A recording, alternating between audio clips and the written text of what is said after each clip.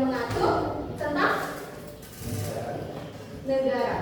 Ini dalam arti luas. Pengertiannya lembaga negara adalah institusi atau organisasi badan dalam sistem ketatanegaraan yang memiliki fungsi, tugas dan kewenangan tertentu untuk menjalankan pemerintahan dan menjaga ketertiban negara yang diatur dalam undang-undang. Landasannya adalah undang-undang. Wadah atau organisasi.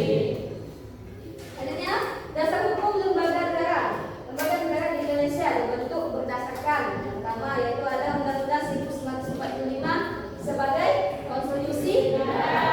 Yang kedua, undang-undang yang mengatur masing-masing lembaga negara, dan yang ketiga adalah keputusan presiden atau peraturan pemerintah terkait tugas lembaga. Kedudukan lembaga negara dalam Undang-Undang 1945 bisa kalian baca? Berdasarkan undang-undang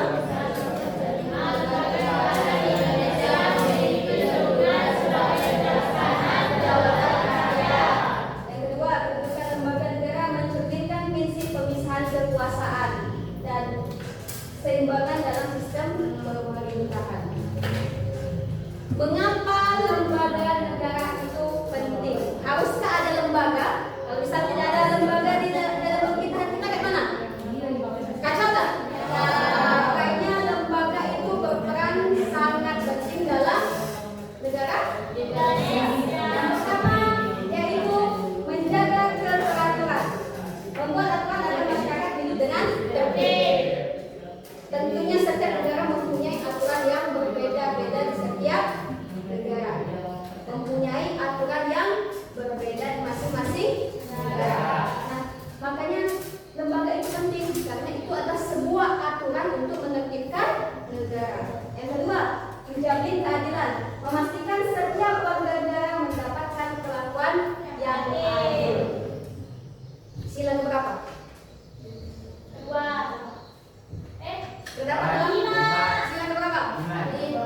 Apa namanya?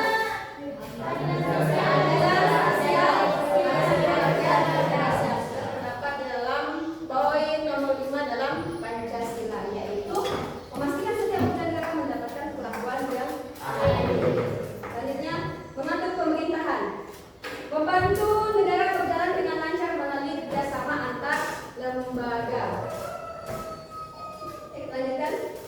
Ini susunan lembaga negara Republik Indonesia sebelum dan setelah amandemen. Coba kita lihat apa yang berubah. Dari struktur di sini apa yang berubah? Ini sebelum dan ini setelah. Coba kalian perhatikan. Kalau sebelum amandemen, MPR masih di atas, MPR yang mengatur segalanya undang-undang di bawah. Sedangkan setelah amandemen, undang-undang landasannya asas ke undang-undang, lalu lanjut ke BPK. BPK apa? BPK apa? Kalian cari dan pengertiannya. Selanjutnya MPR, DPD dan DPR, Presiden dan Wakil Presiden, serta Mahkamah Konstitusi, Mahkamah Agung, serta Komisi Yudisial. Nah, ini kebagi tiga. Ini masing-masing ada namanya, ada yudikatif, ada eksekutif, dan ada legislatif. Nanti di materi setelah ini kita lihat ya. Oke, fungsi lembaga. Nah, seperti yang disebut tadi, legislatif membuat undang-undang. Nah, nanti di dalam legislatif ini terbagi lagi siapa yang tergabung di dalam lembaga legislatif. Eksekutif menjalankan, melaksanakan pemerintahan. Yudikatif mengawasi hukum dan mengadili pelanggaran undang-undang. Dan terakhir lembaga pendukung yang membantu pelaksanaan tugas negara. Nah, lembaga yang ada di negara Indonesia. Yang pertama, MPR, Majelis Perwakilan Rakyat. Yang kedua, Dewan Perwakilan Rakyat dengan DPR, Dewan Perwakilan Daerah, DPD. Ini Mahkamah Agung, Mahkamah Konstitusi, Komisi Yudisial, Badan Pemeriksa Keuangan, BPK ya. Nah, ini Diagram pemisahan kekuasaan. Yang pertama, ini lembaga eksekutif, ini lembaga legislatif, serta ini lembaga yudikatif. Diagram ini menunjukkan bahwa ketiga lembaga bekerja secara terpisah namun saling berkaitan. Ini menjalankan tugas, ada kaitannya dengan lembaga yang ada dua di bawahnya ini. Paham ya? Jika ada aturan yang dirasa tidak adil, lembaga yudikatif akan menilai apakah aturan itu sesuai hukum. Lembaga legislatif dapat membahas dan merubah aturan tersebut. Serta yang bertugas untuk menerapkan aturan yang sudah ditetapkan yaitu adalah lembaga eksekutif. Berdasarkan penjelasan yang sudah disampaikan tadi, ada nggak kalian tidak paham? Sudah paham? Sudah paham? Silakan kalian bentuk 4 kelompok, yang mana 4 kelompoknya terdiri dari 5 atau 7 orang. Silakan.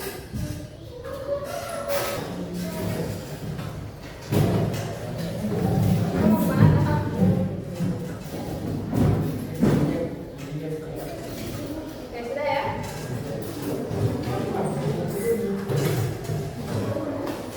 Oke, sudah? Yang berdasarkan penjelasan tadi, silakan kalian diskusikan, masing-masing kelompok kalian diskusikan mengapa setiap negara membutuhkan lembaga pemerintahan. Jelas? Ulang. Mengapa setiap negara membutuhkan lembaga pemerintahan? Itu yang pertama. Yang kedua, apa dampaknya jika lembaga pemerintahan tidak berjalan sesuai dengan fungsinya? Kita ada waktu 15 menit. Silakan dikerjakan.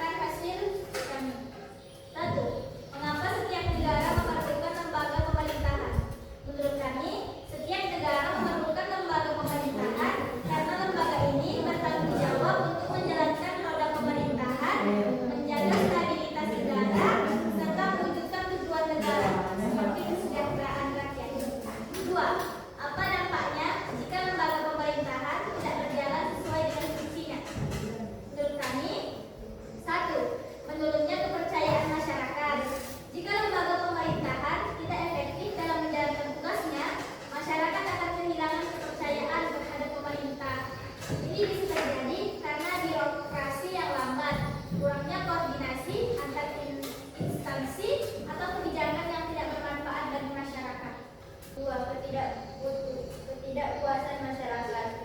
Ketika masyarakat melihat bahwa instansi pemerintah tidak mampu bekerja sama untuk memberikan pelayanan yang dibutuhkan, ketidakpuasan akan meningkat. 3. Polarisasi sosial dan konflik internal. Kebijakan yang salah atau tidak adil dapat memicu polarisasi sosial dan konflik internal dalam masyarakat. Sekian dari kami. Wassalamualaikum warahmatullahi wabarakatuh. Waalaikumsalam warahmatullahi wabarakatuh. Dua. Silakan. Assalamualaikum warahmatullahi wabarakatuh. Baiklah, kami berdua perwakilan dari kelompok 2 akan mempresentasikan hasil diskusi kami. Pertanyaan pertama, mengapa setiap negara memerlukan lembaga pemerintahan? Jawabannya, karena mereka adalah alat yang menjalankan fungsi dan pemerintahan negara. Kedua, apa dampaknya jika lembaga pemerintahan tidak berjalan dengan fungsinya, ketidakpuasan dan ketidakstabilan,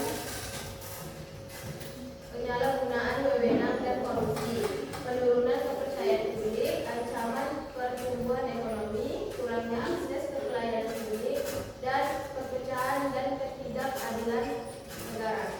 Baiklah, itulah hasil presentasi kami. Kami akhiri. Wassalamualaikum